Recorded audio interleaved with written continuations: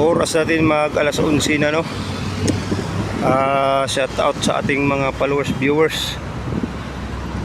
Dito tayo sa Capaguinaldo.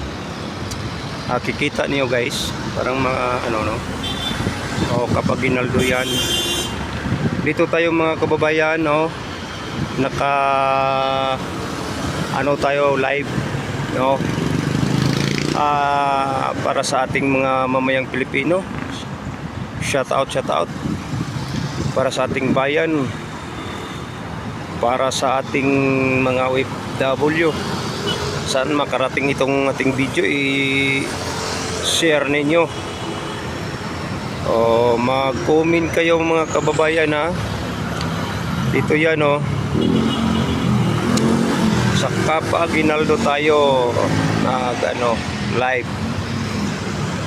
Sa mga followers, shout out, viewers, supporters sa YouTube natin, shout out sa ating mga supporter dito sa YouTube, sa ating mga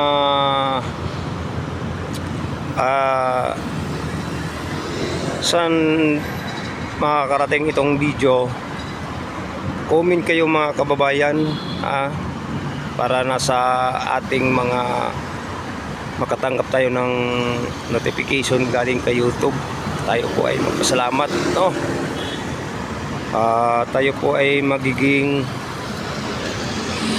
tuloy-tuloy sa ating mga halikain ng ating bansa, na ilapastangan ang ating bansa, no.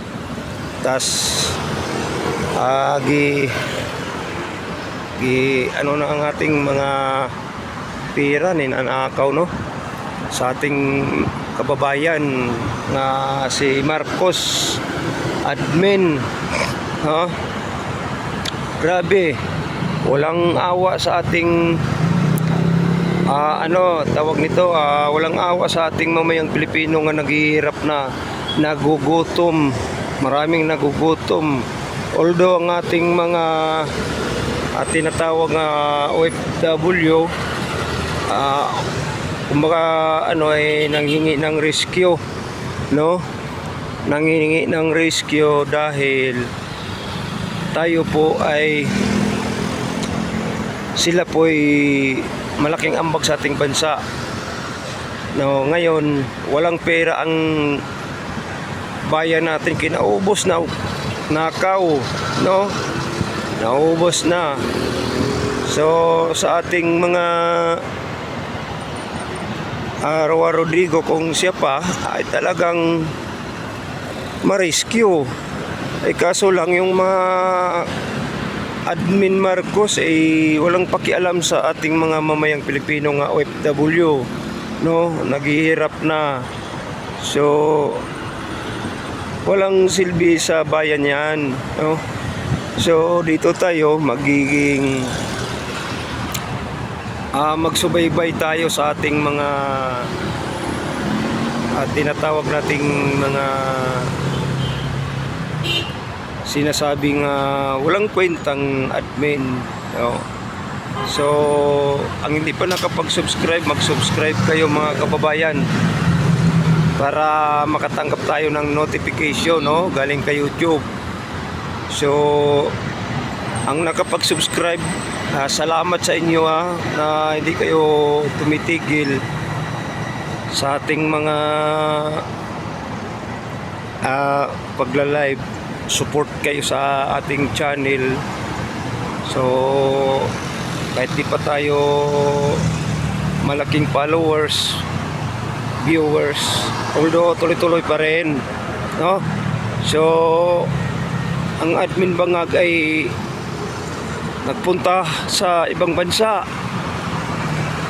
no. Sabi pa niya magtipid-tipid tayong mamamayang Pilipino.